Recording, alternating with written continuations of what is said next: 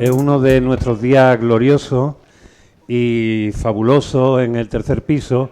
Quienes no hayáis estado aquí anteriormente, el tercer piso es el nombre del programa, no solo en la tercera planta de Proteo, del programa que dirijo para la librería Proteo, que como sabéis, este lugar es la librería más importante, más premiada, más antigua de Málaga y la librería que además ha tenido a bien renacer de sus propias cenizas, con lo cual eso ya le da un superpoder que el resto de las librerías no tienen.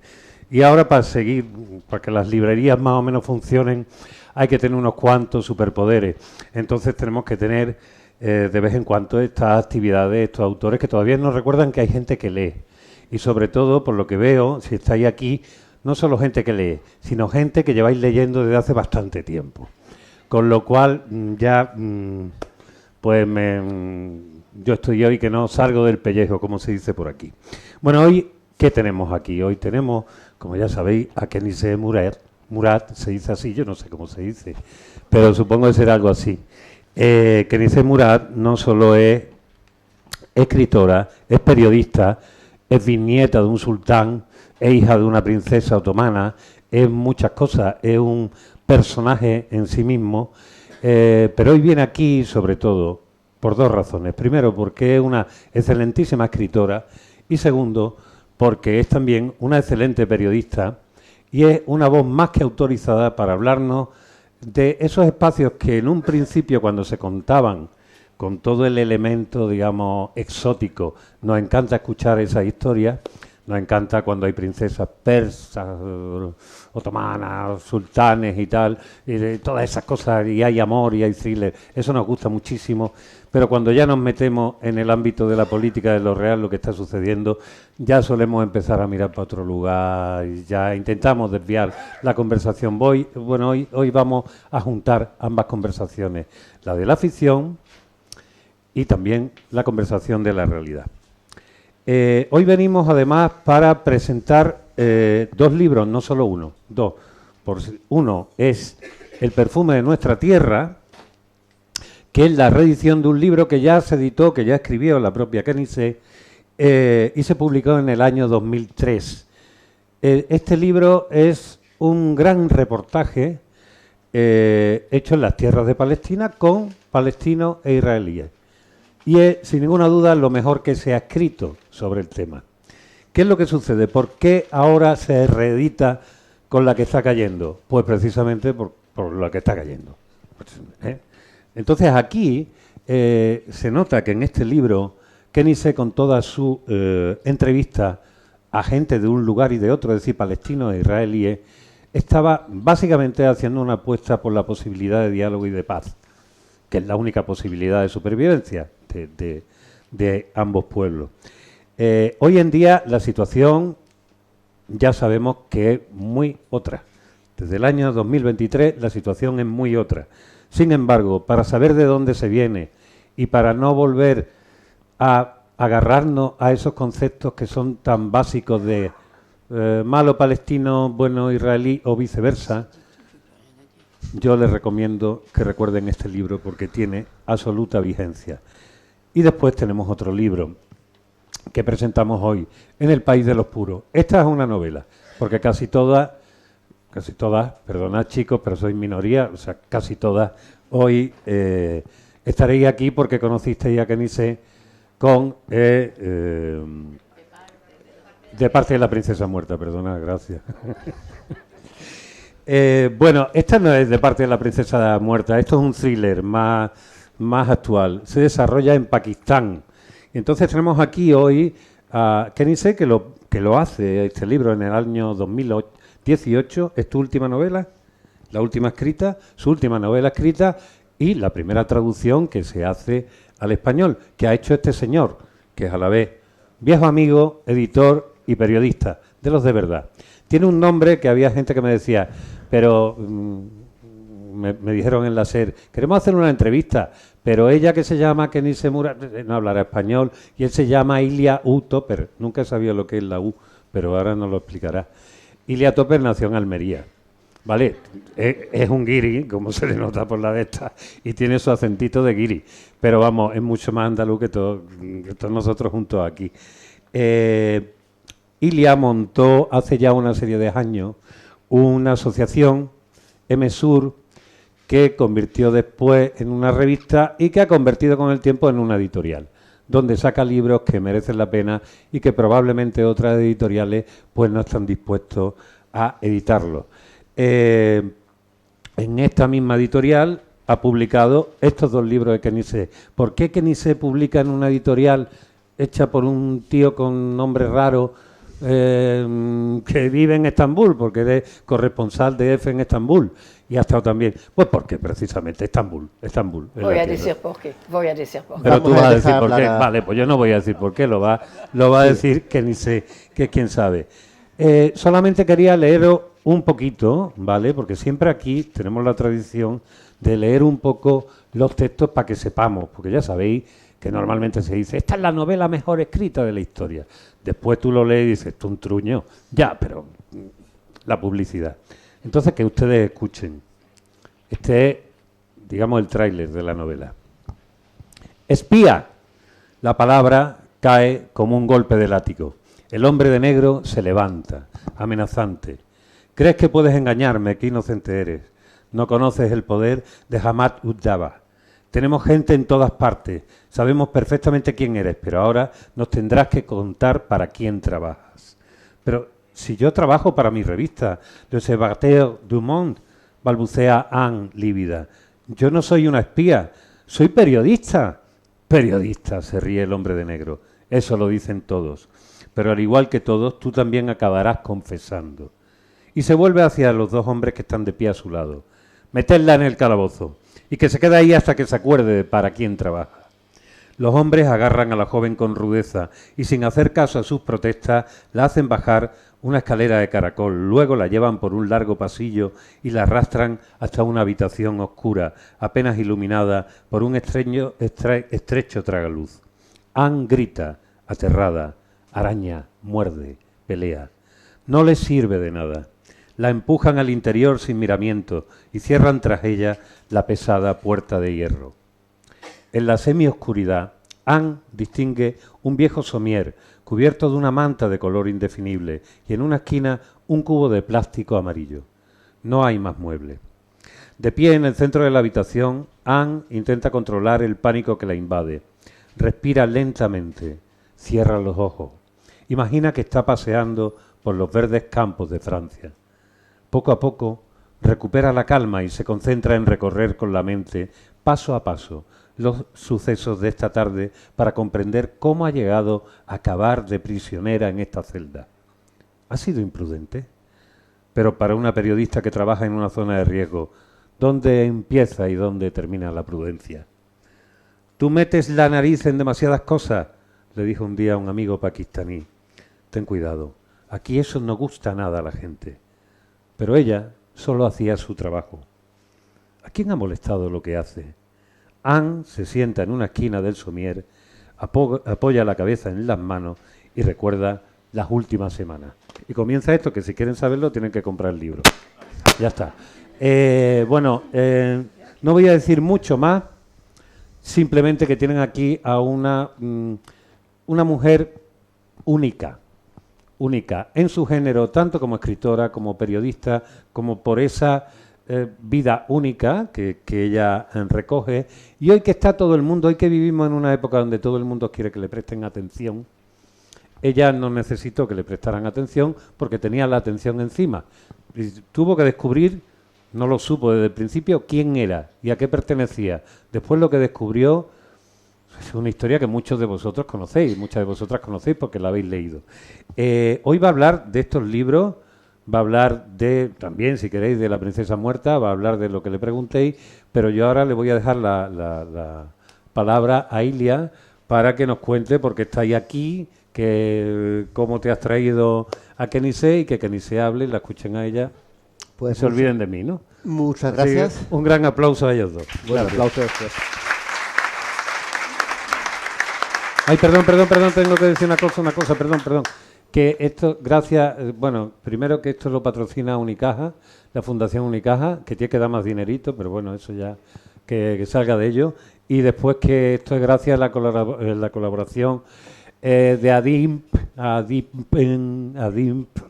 ADIMPM. Gracias, me lo sabía de memoria y lo he escrito 1.000.000 de veces. Ella es Leticia Tebul y ella han ayudado también con el hecho de que esté aquí, que ni sé, nada más. Venga, perdón. Bueno, como ya por una parte parece que todos ya sabéis aquí quién es Kenize Murad, con lo cual no tengo que explicar nada más, creo. Si alguien no lo supiera o supiera algo, luego lo podéis preguntar porque habrá un debate. Y por otra parte, como ya Héctor ha explicado todo perfectamente, tampoco tengo nada más que contar. Así que directamente va a empezar. Kenize habla, si quieres, empezamos con el libro que ha leído, la entrada, el tráiler, En el país de los puros, sobre Pakistán. Que cuéntanos por qué lo escribiste. Eso, he ido muchas veces en Pakistán porque tengo familia en Pakistán. Mi padre es de la India, pero al tiempo de la partición en 1948, parte de la familia, la hermana de mi padre, se fue a Pakistán. Y es una de las personas, les pioneros, ¿cómo se dice? Pioneros que hicieron Pakistán, porque Pakistán había una ciudad, Lahore, que era una bella ciudad, poblada por hindúes, más por hindú, y el resto serán grandes latifundias que pertenecían la mayoría a familias musulmanes. Pues los pioneros han hecho Pakistán. Y Pakistán, la gente normalmente piensa que es un país de barbudos y mujeres veladas, y que es un país muy peligroso, y nadie quiere ir a Pakistán. Y como conozco este país muy bien, quería, a través de una novela, describir y hacer conocer ese país que es muy bello y muy atractivo, emocionante también. Oui. ¿No? El libro es como he puesto una periodista, porque una periodista, claro, hay cosas que son de mí, pero no es mí esta periodista. Pero es un modo que puede ir a ver todas partes de las sociedades. Y en este libro,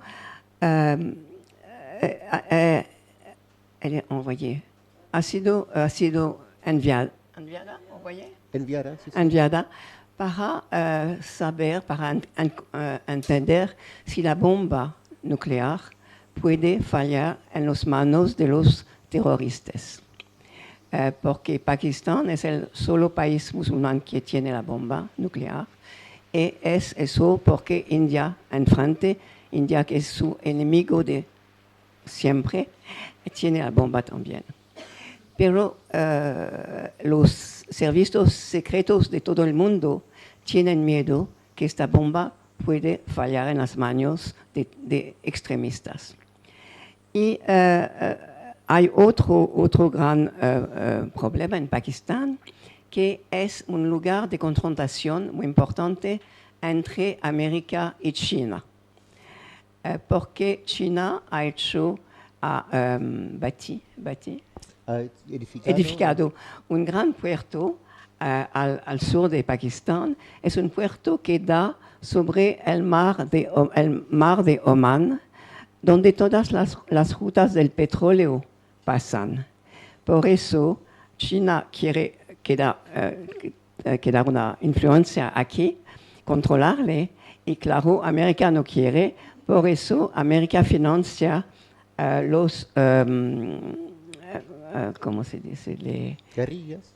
Los guerrillas en esta región. En ese libro van a descubrir un país muy interesante y magnífico. El norte de Pakistán, con las Himalayas, es uno de los países más bellos del mundo. Y no hay turismo, muy poco turismo, es muy puro. Y, el país de los puros, ¿por qué? Porque PAC quiere decir puro. En esto es país. Es solo la razón. No hay otra razón que llamarlo así. Y en este país hay una sociedad muy viva y muy rica. Hay exhibiciones de arte, hay exhibiciones de moda, desfile de moda, hay teatro, hay hay conciertos. Hay una sociedad muy moderna, muy abierta, que nunca imagina que hay en Pakistán. Y Anne va a descubrir eso y va a encontrar personajes que he tomado ejemplos de personajes, de amigos, de personajes que conozco. Uno de estos personajes es una antigua persona, la Begum, que he tomado como ejemplo mi tía, la hermana de mi padre, que a la edad de 95 era la directora de una escuela de 7,000 niños, chicos y chicas, los dos. Una persona fantástica. Ha muerto a la edad de 102. Y también en ese hay una chica que enseña el baile hindú y que claro que los extremistas quieren matarla porque es una cosa que no es posible. Pero va dentro de todos los villajes para enseñar a las mujeres cuáles son sus derechos. Y hace un trabajo fantástico, pero claro, muy peligroso. Otra, que era una amiga que se llama Parvin, era una arquitecta que trabajaba para los barrios muy pobres, donde la mafia de la tierra quería tomar las casas y las pequeñas tierras de los paisanos, campesinos, para hacer grande building. Y ella, con otros arquitectos, peleaba para que la gente pueda guardar sus casas. Y después de años, ella hizo mucho, desarrolló los barrios más pobres, desarrolló en barrios muy con higiene y agua y todo. Pero me decía, la mafia de la tierra que pueden hacer más que matarme. Yo voy peleando para los pobres, pero ¿qué pueden? Y la mataron. Ella tenía 35 años, era una chica fantástica. Bueno, en este libro van a haber muchas,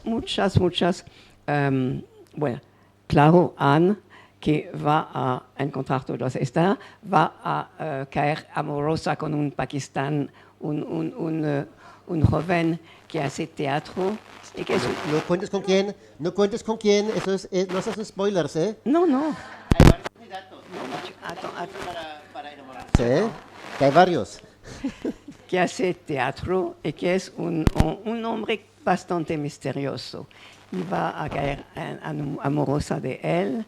Y finalmente vamos a saber quién es este chico. Y la Begum también es bastante misteriosa. Y al fin del libro van a descubrir cuáles son los lazos. Los vínculos. Los lazos completamente extraños de la Begum con Anne.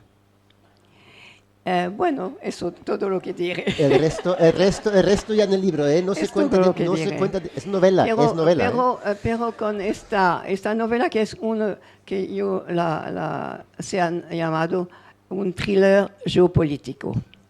Y es también una novela de amor, un gran amor, muy bello. Y descubrí ustedes un país completamente desconocido. Y que es muy importante hoy. Es importante porque es un sitio muy geoestratégico entre Medio Oriente, en las rutas del petróleo, como he dicho, y habéis oído recientemente el conflicto con la India. Estos dos países tienen la bomba nuclear y por eso es un país que tiene, bueno. Y me di cuenta porque nosotros yo lo traduje hace pocos meses, ¿no? Y justo cuando estaba saliendo al mercado, justo empezó la guerra, la última guerra de Kashmir entre India y Pakistán, que habréis visto en las noticias, ¿no? Y yo dije, menos mal que ya leí el libro, porque ahora entiendo lo que pasa. Que a veces la actualidad llega donde no se la espera, porque hace años que de Pakistán no se hablaba y de repente tenemos... Voy a decir, agradezco mucho a Ilya, porque este libro que fue escrito, que apareció en Francia en 2018, claro, todos mis libros son muy bien recibidos en España y nunca hay ningún problema para publicar un libro. Y este libro fue refusado. ¿Por qué? Porque desde este libro sobre los palestinos soy muy boicotada. Todos mis otros libros son boicotados. Y tenía todas, como sabes, todas las televisiones, los grandes periódicos, etc. Después de este libro, fue un silencio sobre mis libros. Solo después de ese fue en la ciudad de Oro y Plata, que tuvo éxito porque todavía mi nombre era aquí. Pero después, con el silencio, eso Espasa, la edición Espasa, no quiso hacerlo. Fue un gran choque para mí, porque España es un país donde tengo un público que me quiere, creo. ¿Cómo se puede ver?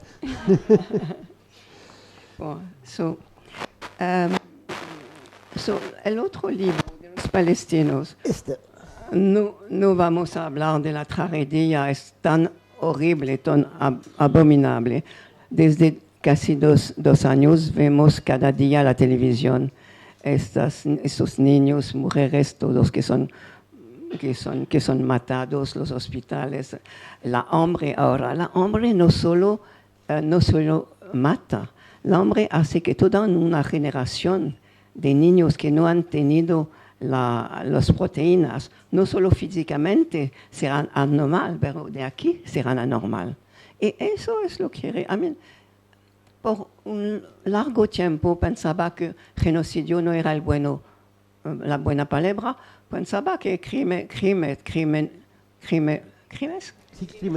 guerra, ¿no? Crimen de guerra, crimen, etc. No, pero ahora es muy evidente que Israel quiere que toda la población se va, le mata, que se va, que le mata, que muere de todas, de también enfermas, epidemias y todo, porque Israel siempre he sido periodista durante casi 20 años y en estas regiones.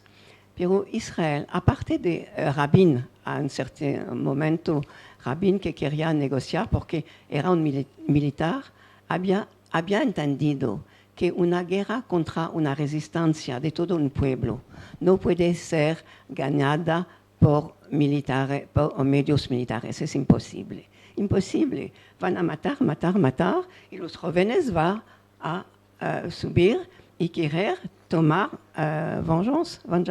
venganza. Claro que sí. Nunca se puede. Nunca en el mundo una guerrilla para liberación ha sido vencida. Nunca. Siempre ganan. Claro, porque los niños, los jóvenes, todo. Por eso es una locura. Pero lo que quiero decir, en este libro no solo enseño son historias de gente ordinarias. No he querido hablar con políticos porque nunca dicen nada interesante, siempre lo mismo. Pero he pasado mucho tiempo he ido 4 meses, he pasado mucho tiempo con la gente. Tiempo que normalmente un periodista no puede, normalmente una entrevista es media hora, 1 hora, pero iba como escritora y quedé con la gente 1 día, 2 días, hasta que se abre completamente, que no defensa fallan. Y por ejemplo, una mujer, su niño de 10 años había sido matado por los soldados porque lanzaba piedras. Y la madre me decía, tengo 2 otros hijos y los daré para la causa de Palestina y yo voy a darles. Y no entendía cómo una madre puede decir eso, ¿cómo? Hasta que después 2, 3, 4 horas falló de lágrimas, elle s'est effondrée en larmes. Se deshizo en lágrimas, se echó a llorar. Y entendí que para poder soportar la muerte de un niño hay que poner en una gran cosa. Una gran cosa, sin eso no se puede soportar. Tenía que decir, es para la gran cosa de Palestina, sin eso va a matarse. Y muchas cosas así. También, en este libro también, y no sé por qué fue boicotado, porque es muy objetivo. Hay muchos israelíes en este libro que ayudan a los palestinos, que son fantásticos, que tengo mucha admiración para ellos, porque tienen un coraje muy grande. Por ejemplo, hay una abogada, Leat Semel, que es la abogada desde 30, 40 años de los palestinos, de los prisioneros palestinos. By the way, prisioneros palestinos. Hay una ley, porque Israel hace muchas cosas con leyes. Hay una ley en Israel que se puede arrestar a alguien, palestinos, claro, para 6 meses, sin dar una cosa. Y pueden renovar 6 meses, años, sin dar cosa. Esta abogada defiende a los palestinos y, claro, en Israel la gente la llamaba la puta de Arafat. La putana de Arafat, oui. Y si sus niños no quieran ser vistos con ella, porque tenían tanto vergüenza. Pero sigo. Hay un grupo que se llama Rabinos para la Paz. Hay otra ley en Israel que dice si una tierra no es cultivada durante 1 año, el gobierno la toma y puede darle, claro que lo da a los colones. Y por eso los palestinos, cuando van a cultivar sus oliveros, porque cultivan oliveros más que otra cosa, porque no tienen agua. ¿Por qué no tienen agua? Porque las colonias son sobre los sitios donde hay agua subterránea. Y en las colonias hay piscinas, hay flores, es magnífico. El resto es completamente seco. Bueno, cuando van a cultivar su tierra, Coge esto mejor, que se está fallando. Igual. Cuando van a cultivar sus tierras, los colones disparan a los campesinos. Y normalmente antes no las mataban, pero en las piernas, on les blessé. Los herían. Los herían. Sí. Por eso, este grupo de Rabin para la Paz va con los campesinos a ayudarles como bouclier humano. Como escudos humanos. Escudo humano, porque claro que los colones no van a disparar a los israelíes. En este libro hay muchas cosas así. Claro, hay también los colones que te dicen palestinos. No hay palestinos. ¿Qué son? No hay palestinos. Son árabes. Deben ir a Saudi Arabia. Como si le decía a un español, oh, tú eres de Europa, va a ir a Germania, a Alemania. Es lo mismo. Y je me excuse. Que en el libro hay voces de ambos. Sí, o sí. sea, de ambas Hay comunidades. voces de ambos. Pero fue boicotado porque, claro, es un libro que tiene mucha fuerza, porque son vidas de gente ordinarias. Y te entiende, si ustedes leen este libro, entiende por qué tan de esperanza que lleva al 7 de octubre. No es para decir que es bien 7 de octubre, no es. Pero hay una cosa que quiero decir. Bueno, claro, es muy mal, es mal de matar a civiles. Pero una cosa que quiero decir, nunca en el mundo una lucha de resistencias, de liberación, siempre civiles fueron matados. En la Francia, debajo de los nazis, civiles fueron matados. En la Irlanda, para liberarse de la Inglaterra, Irlanda del Sur, civiles fueron matados. En Algeria, independencia, claro que muchos civiles fueron matados. Es una cosa, la cosa es terrible, pero las luchas de liberación no fue una lucha de liberación sin muertos de todos lados. Bueno, quizás que muchos de ustedes han leído este libro sobre Palestina, pero hoy es un libro muy de actualidad, completamente de actualidad. Es por eso que le hemos hecho de nuevo. Y pienso que para entender, bueno, otra cosa que quiero decir, al fin de este libro había dicho que el problema se puede solucionar solo con negociaciones, perdón.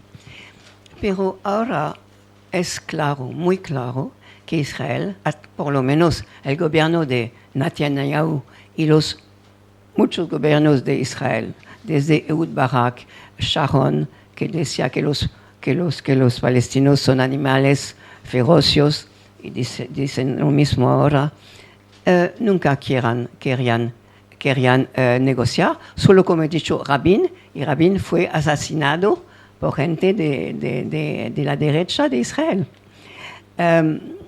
Pero no, una cosa que verdaderamente me da vergüenza, una vergüenza terrible, es que España es mejor, pero nuestros gobiernos en Europa, en el Occidente, no hacen nada de nada. ¿Cómo se puede? Será claro, para Ucrania es bien que todos hacen cosas y sanciones, muy bien, pero nada contra Israel. Nada de nada.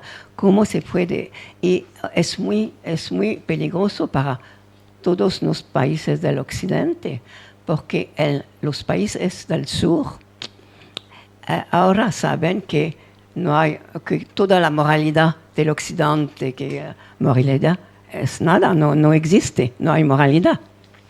Y si eso es el poder del más fuerte. No hay leyes. Ahora no hay leyes. Es el poder del más fuerte. No hay moral, no hay leyes. Es muy, muy peligroso para nuestras sociedades. Si no hay leyes, si se puede quebrar las leyes así, ¿qué pasa? La ley del más fuerte, ¿qué van a hacer nuestras sociedades? Si ahora es la ley del más fuerte. Bueno.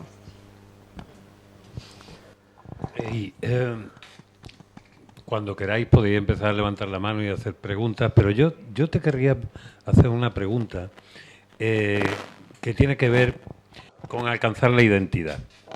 Alcanzar la identidad. ¿Quién eres tú? Porque tú durante muchísimos años no sabías muy bien quién eras o de dónde venías, ¿no?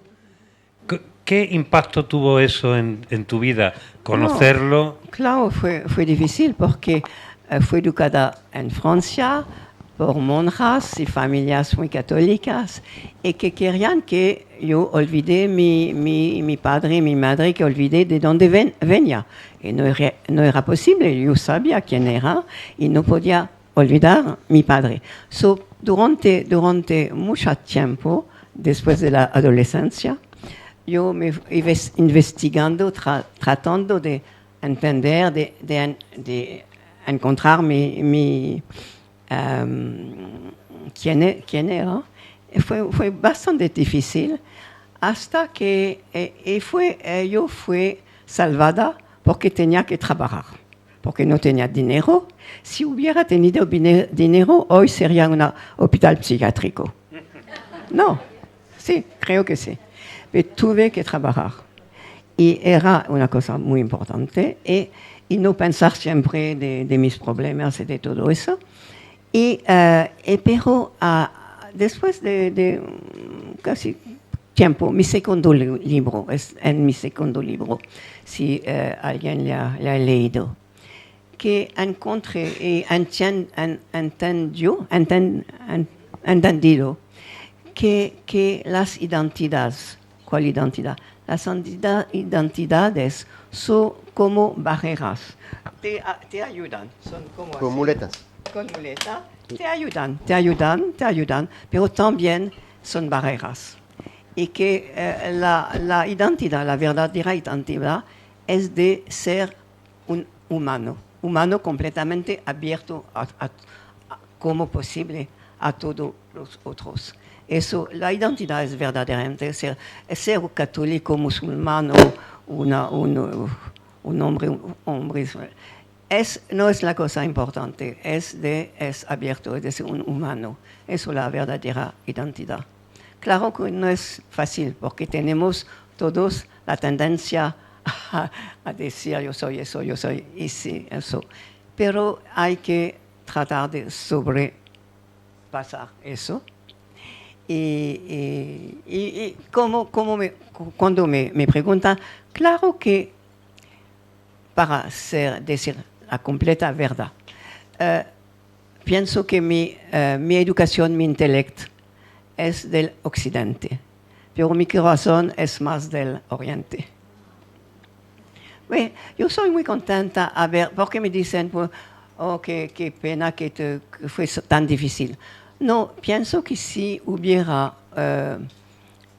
ido a Francia, a India, a la edad de las 5, cuando mi padre me preguntó que vuelvo después de la guerra, hubiera sido una vida fácil, pero no muy interesante.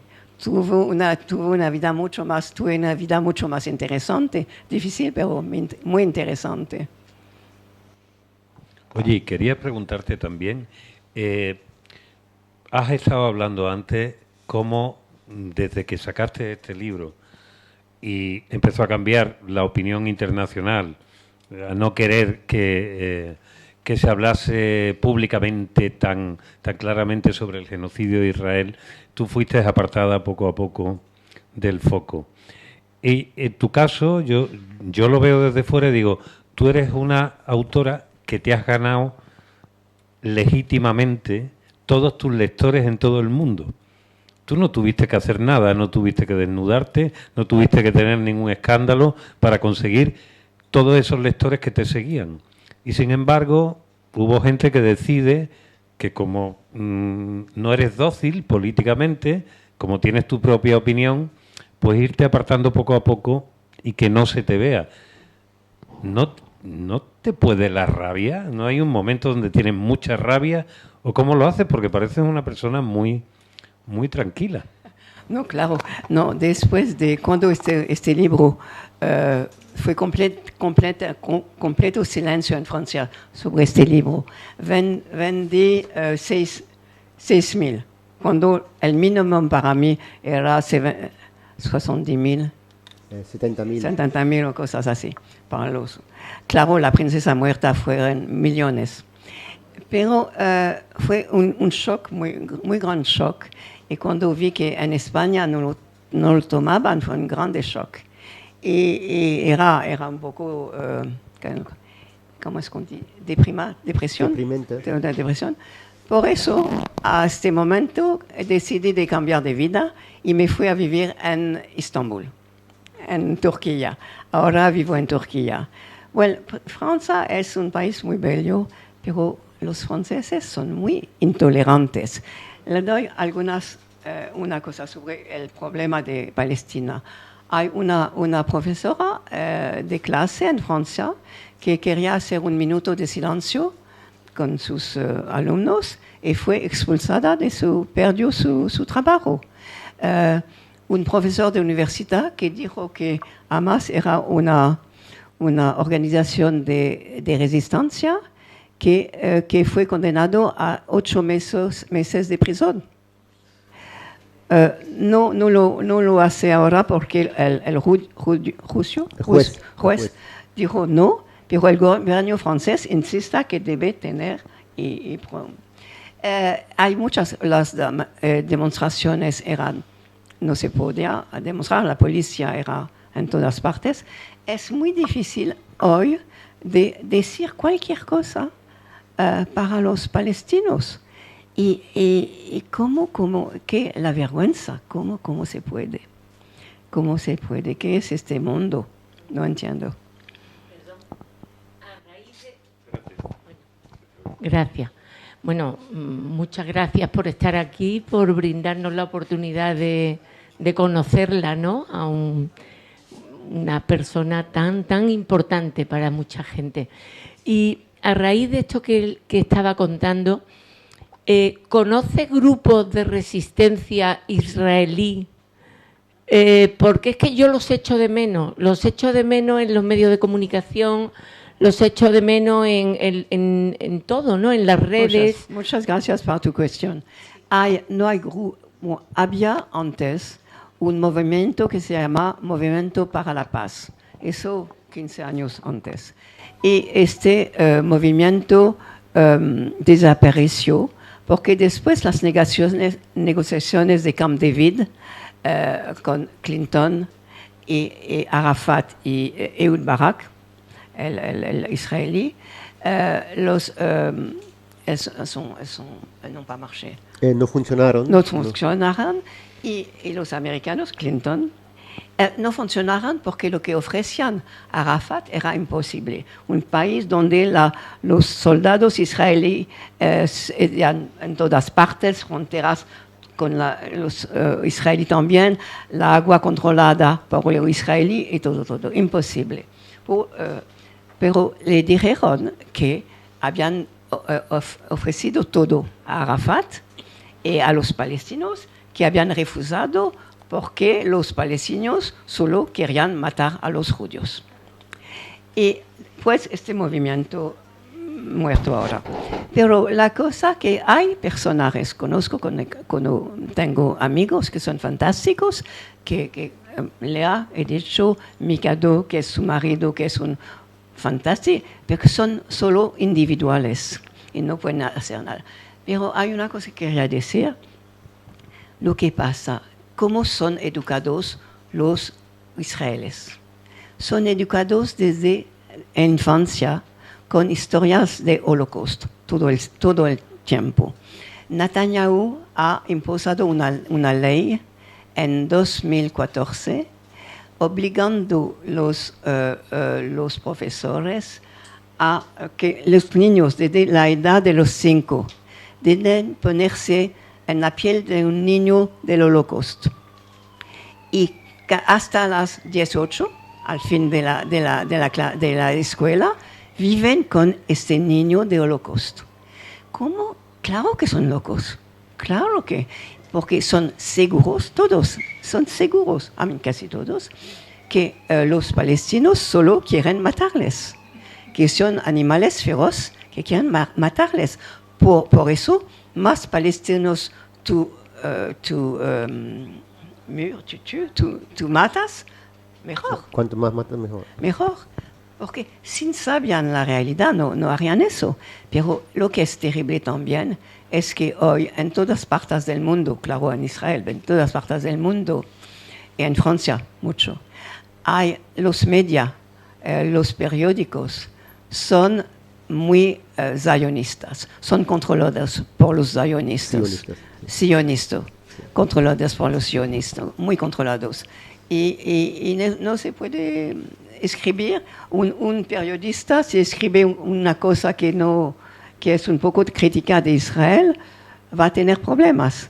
Ahora un poco, después de casi 2 años, empiezan a decir no es bien. Pero, no es bien, que esperan que todos son muertos para hacer algo.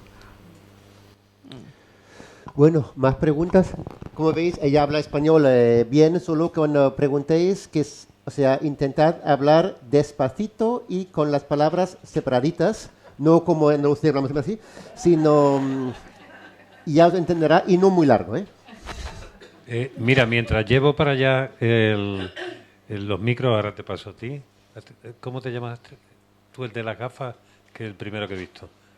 Jesús, ahora voy para allá. Quiero que me vayas contando mientras, Ilia, cómo, porque no habéis dicho que lo ibais a contar, cómo contactas con Kenise, cómo hay aquí un guiri raro que nació en Armería sacándole los libros a Kenise Murat, nada menos, ¿no? Pues esencialmente porque los dos somos periodistas y yo vivo en Estambul desde hace 15 años como corresponsal primero del Mundo, luego de la agencia EFE, donde sigo todavía.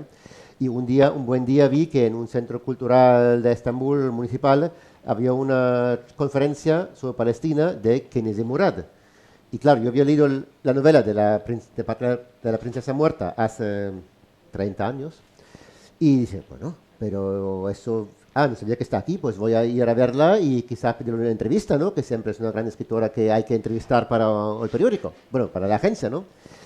Y fui allí, estaba muy ocupada firmando libros porque había muchísima gente que quería hablar con ella, pero me dio el teléfono, la llamé y quedé en su casa para una entrevista, la típica entrevista de 20 minutos, que eran 2 horas y media, creo. Y después, pues, hablamos tanto que cuando me contó que después del libro de Palestina, que en España tenía 2 ediciones, en 2003 y en 2012, y ya estaba más que agotado, ya no existía en el mercado. Y cuando me dijo que tenía una nueva novela inédita en España, digo, pero a ver, ¿cómo puede ser que una bestseller que todo el mundo ha leído tenga una novela y que no se puede leer en castellano? No puede ser. Y después de intentar un poco interesar un editorial y no ver tanto interés, dije, mira, pues nosotros mismos lo vamos a hacer, porque no se puede quedar así la cosa. Y como dijo antes Héctor, que tenía que hace 16 años ya, con unos amigos de Andalucía, sobre todo Andalucía, Cádiz, habíamos fundado una asociación cultural que hacía sobre todo una revista digital llamada MSUR, Mediterráneo Sur, ¿no? Pero la web es w.m, de Mediterráneo Sur, como sur.es, ¿no? Y después de una década larguísima ahí de publicar, pues ya decidimos que era hora de hacer algo más que publicar reportajes o textos y lanzar una editorial que era una inversión incluso bastante, bueno, unos miles de euros que había que tener para empezar. La asociación no tiene ningún tipo de subvenciones, no tiene ningún apoyo institucional, pero tenemos socios que pagan su cuota, modesta, hasta muy modesta, pero con esas cosas acumuladas pudimos tener el capital para lanzar los libros. Y cuando hablé con ella dije, mira, que tengo tantas ganas que la editorial de Espasa, que me rechazó la novela, vea que esto se va a vender, que vamos a ir a todas, ¿no? Ya tenemos la gira apalabrada y todo, por cierto.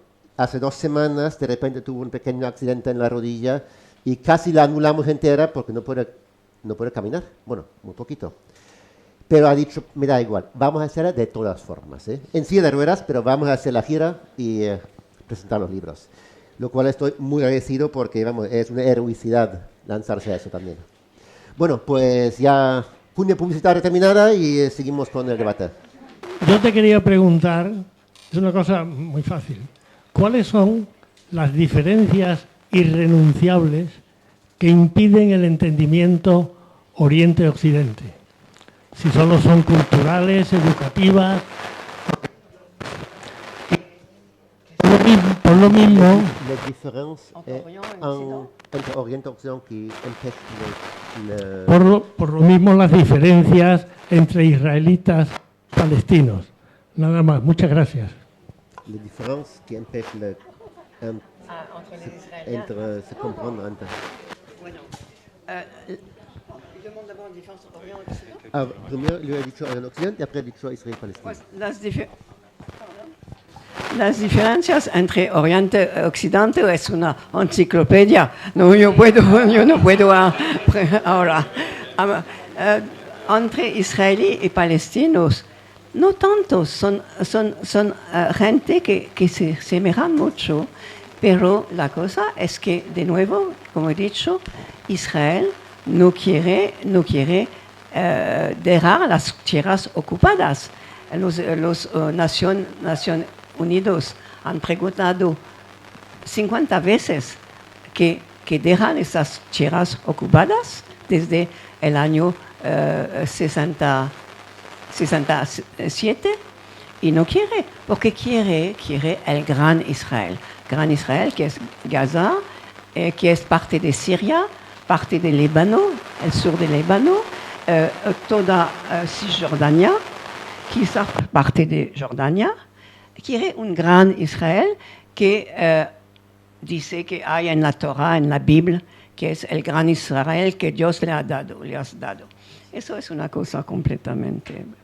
No quieren, quizás que otros gobiernos, pero pienso solo con viendo que no pueden ganar la guerra. Si ven que no pueden ganar la guerra después de algunos años, si todos los palestinos no son muertos, van a quizás empezar a negociar. Pero no quieren negociar. Yo pensaba que querían. No, son mentiras. Son muy buenos en mentiras. Son los mejores, verdaderamente. Manipulación, muy buenos. Sí, claro. Pero con micrófono. Bueno, hay más. Luego, hola, buenas tardes. Vamos a ver, yo me llamo José Ramón, y con este tema del que estamos hablando, ¿no? El conflicto entre Oriente y Occidente, lo derivo un poquito, porque además creo que cuadra, con el conflicto entre modernidad, tradición, y querría saber, porque ahora también hay un choque tremendo en Turquía entre lleva varios años, ¿no?, con Tayyip Erdogan. Me gustaría saber un poco la visión de los choques actuales que se están produciendo desde hace años, pero ahora más, y qué deriva puede tomar ese choque entre la Turquía laica y la Turquía islamista de Erdogan, su visión básicamente. Muchas gracias. Para hablar de Turquía, ¿sí? Para ser más estrecho, sí. La cosa, la cosa que no pienso que es una error diciendo que la modernidad es con Occidente completamente y que tradiciones con Oriente. Hay mucha modernidad en Oriente y muchas tradiciones en Occidente también, partes de la sociedad muy retrasada. Vamos a ver que vemos en América, los evangelistas. Es América, y la mayoría de la población son los evangelistas. No son modernos, son muy... no se puede hacer esa distinción Occidente moderno y Oriente tradicional, no se puede. Eso. Para hablar pero es un problema muy difícil y muy complejo, pero para Turquía hay que saber la cosa que cuando me fui en Turquía la primera vez, hace 50 años, fue absolutamente asombrada de ver que no había una Turquía, pero dos Turquías. La Turquía de la gente como nosotros, occidentales, y la Turquía más tradicional, más Medio Oriente. Y estas dos Turquías no se hablaban. Y los de modernos occidentales tenían mucha dédain, Desprecio. desprecio para los otros. Y no hablaban con ellos. Ahora con Erdogan. Erdogan al principio hizo cosas bastante buenas. Quería ser integrado en Europa, en el marché común en Europa, pues hizo cosas una cosa, las carreteras, en las comunicaciones carreteras en Turquía son mejor que en Francia, son fantásticas. Los hospitales, antes la gente pobre no podía tener buen médicos, etc. Ahora hay hospitales fantásticos, muy modernos, muy bellos, para toda la gente. La gente no tiene que pagar. La salud ahora es barata o casi nada. Otra cosa que hizo, permitió antes las chicas no así claro, pero con los pequeños vales así, no podía ir a la universidad.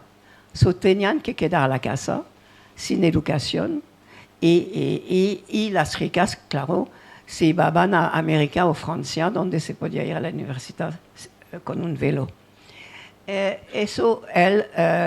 Erdogan permitió que las chicas con velos vayan a la universidad y ahora tenemos generaciones de mujeres, doctores, ingenieros, en todas las profesiones directoras y con el velo. Y eso, para mí, es mucho mejor que quedar a la casa y son sin educación. Bueno. Eso era bien. Después, Erdogan Se ha convertido verdaderamente en un dictador. Cuando fue contestación de él, empezó en 2013, contestación y se ha convertido en un dictador. No hay justicia, nada de justicia en Turquía. Tú puedes ser emprisonado con completamente falsos pretextos, como el mayor de Estambul, ahora, que es un amigo que conozco, es terrible. Y ¿qué decirte? Hay otra cosa.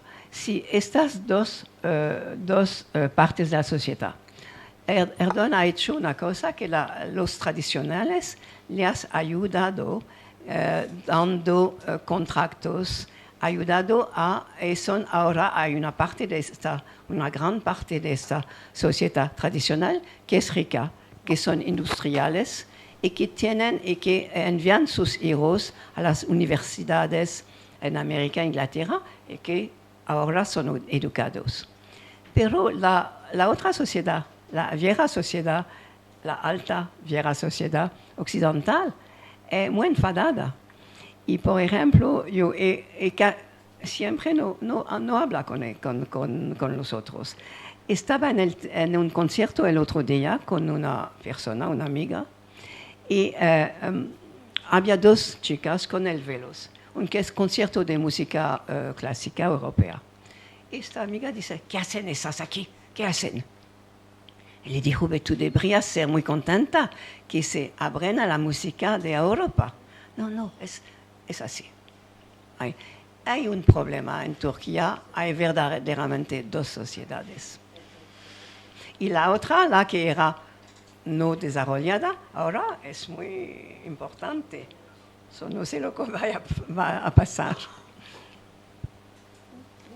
Sí, soy Carmen. Le quería hacer una pregunta a propósito de lo que está contando de Turquía y de Estambul. Cómo después de haber vivido en tantos sitios ha decidido ahora vivir en Estambul. ¿Qué es lo que resulta especialmente que le tira o atractivo o qué motivos son los que después de esa gira por el mundo finalmente se ha sentado en Estambul? Bueno, era difícil para mí de quedar en Francia porque no podía hablar. Yo no puedo hablar. En Turquía no puedo ponerme en una mesa y decir que Erdogan es un criminal. Yo no puedo. Pero puedo hablar de todo sin eso.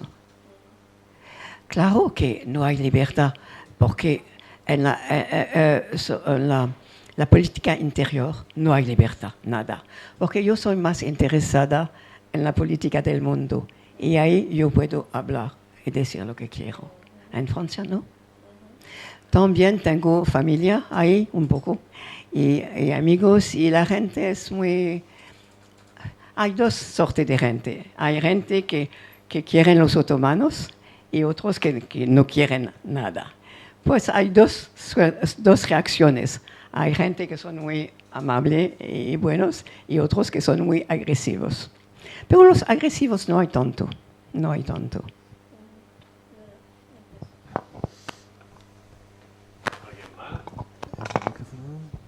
Bien levantado, sí.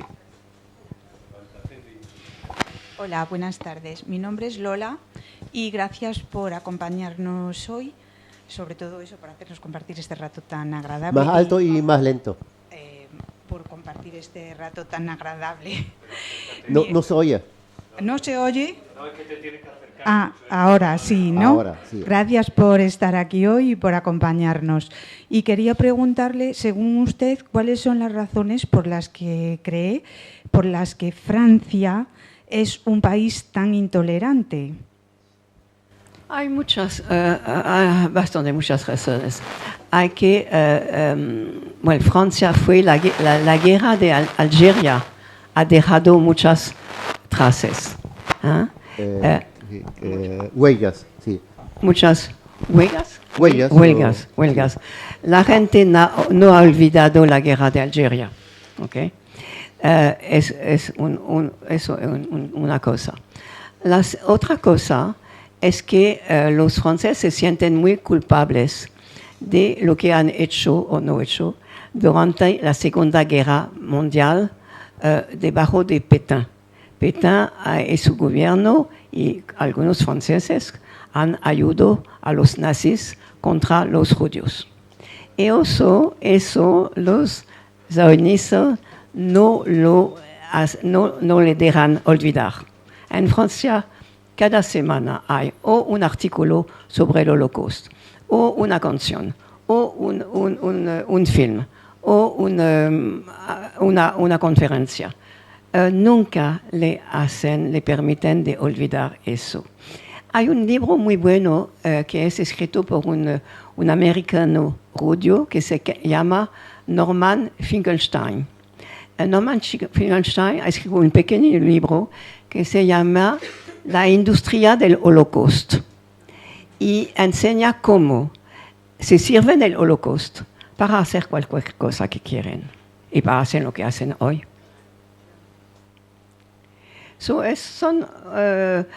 También los franceses quizás son bastante arrogantes de naturaleza. Francia fue durante siglos el centro de Europa y centro del mundo. Han perdido eso y son muy enfadados y no quieren reconocerle.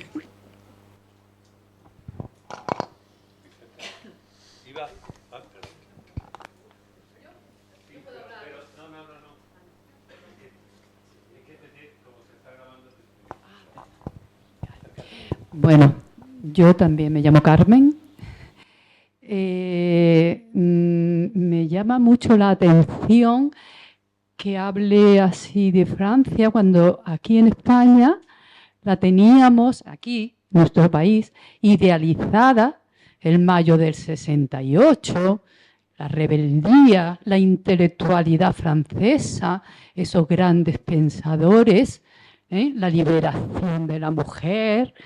En fin, se me está cayendo, se está derribando esa imagen idealizada que yo tenía, donde nos...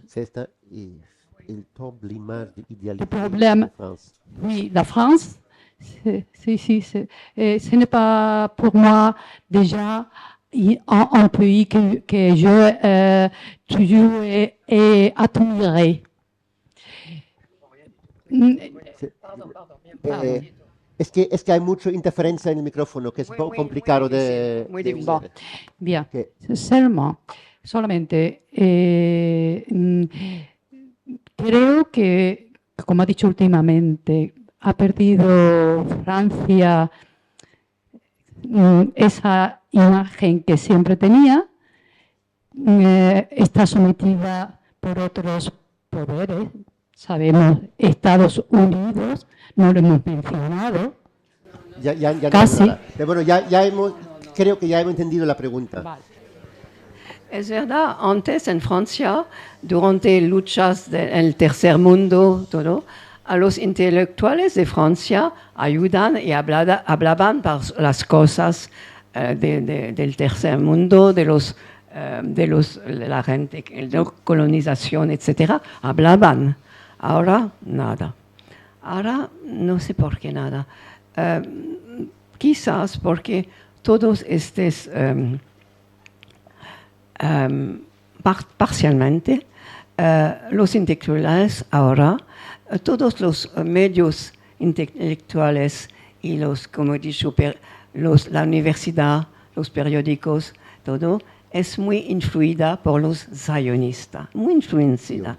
Desde 30 años, poco a poco, toman toda la influencia. Y son muy inteligentes. Es decir, hay una inteligentes como, no, muy malin, como se dice. Malin. Sí, tienen malicia, tienen... Malin. Sí. Porque muchos dinero he puesto para formar a la juventud judía a responder y a dar su punto de vista sobre todo. Y una amiga mía estaba en Jerusalén a un gran congreso donde todas las organizaciones judías de todos los países vinieron para explicar cómo lo que hacían para la formación de los jóvenes o los otros para ser capaces de responder y de explicar la posición de los judíos y cómo tenían el derecho de eso. Y era muy interesante porque le decían a esta delegación, solo $3 millones de pensé, ha gastado. Hay que, no te damos, 10 millones de dólares y tú tienes que hacer más y que hacer más. El dinero que es gastado para la formación es fantástica. El dinero que no es gastado para la formación de los occidentales, mucho menos para la formación de los musulmanes, no hay formación y no saben cómo responder. Y en Francia también, el francés normal no sabe cómo responder a la argumentación de los sionistas. Y ahora los grandes intelectuales en Francia son zionistas. Bernard-Henri Lévy, Raphaël Enthoven, y todos son zionistas. Finkielkraut, y tienen todo el poder.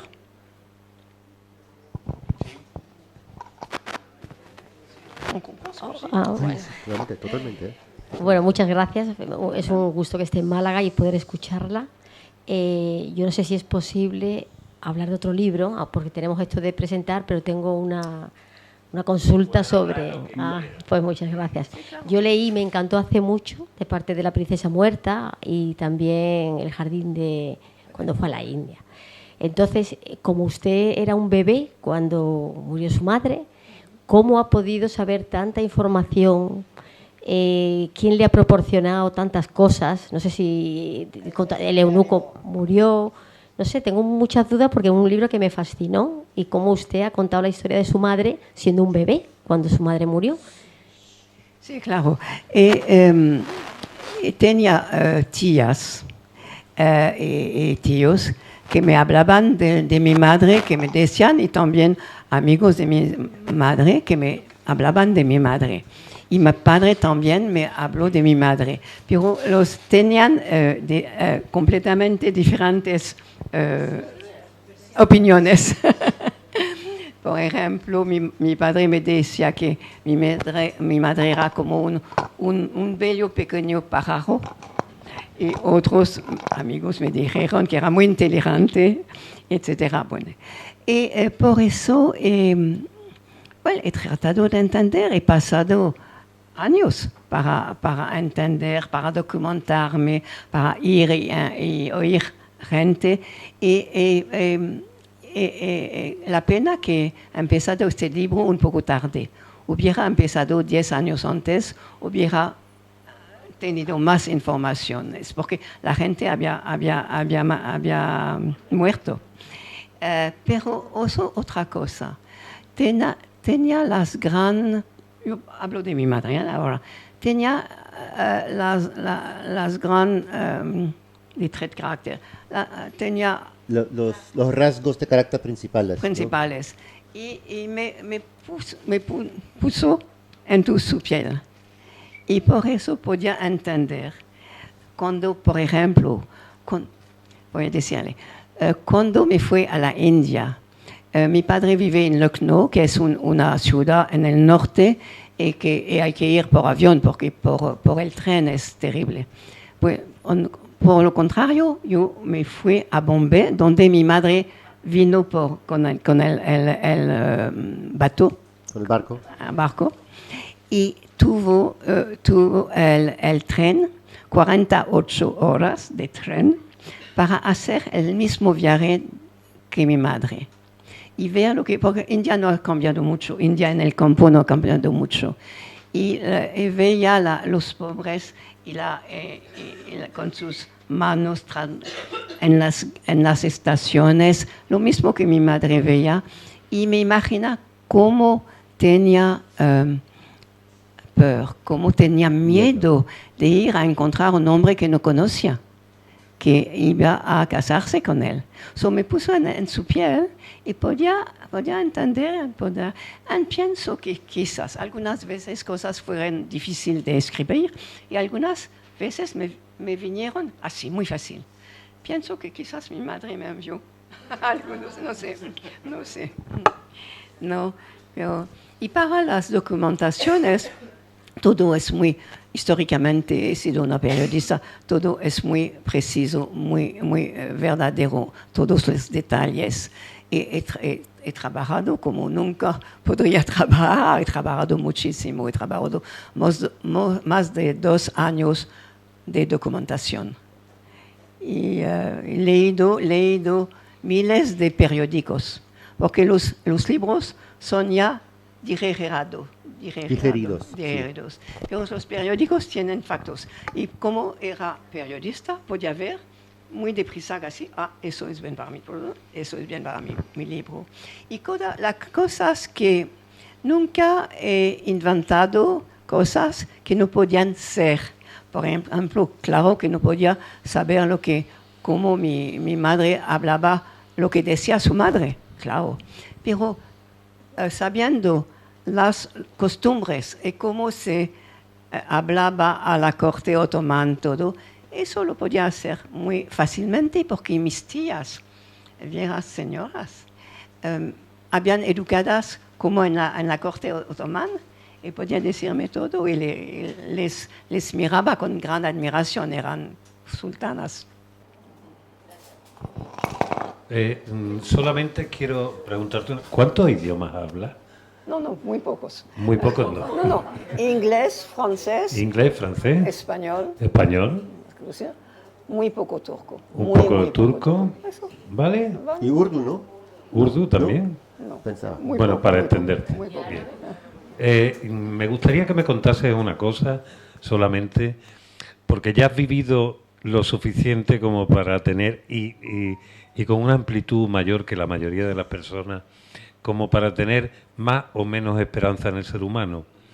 Estamos en una época muy crítica, estamos casi en una nueva civilización por los temas de la tecnología y todo eso. ¿Tú tienes esperanza o crees que que la cosa no va bien. Las cosas no van bien, pero ¿qué hacer? ¿Qué hacer? ¿Tu vas te precipitar par la fenêtre o qué? ¿Por la ventana o qué hacer? No, la sola cosa que para mí yo puedo hacer si me publican es de escribir. Pero en los periódicos no puedes escribir, no me toman. En Turquía, sí, puedo, pero en Francia no me toman. Y eso. Pero no, esperanza hay cuando ves los palestinos, como el coraje, la valentía. La valencia que tienen es increíble. Y cuando ves también los libanos del sur, la valencia que tienen, sí, los humanos son magníficos. Pueden ser magníficos, pueden ser terribles, pueden ser los dos, como Aesop, la langue de Aesop, le meilleur y el peor, el mejor y el peor. Pienso que hay que continuar, porque ¿qué hacer? ¿Qué más hacer? Efectivamente, no se puede uno rendir. ¿Tú tenías una pregunta cortita? Sí, hay tiempo. La última, y después de que termine y le responda, sin dejarme que yo despida, ustedes pegan un aplauso gigantesco, y ya hacemos la última firma. Vicente. Bueno, yo soy Vicente. Muchísimas gracias por sus palabras y también por el posicionamiento que tiene usted en la vida, lo cual es admirable. Muchas gracias.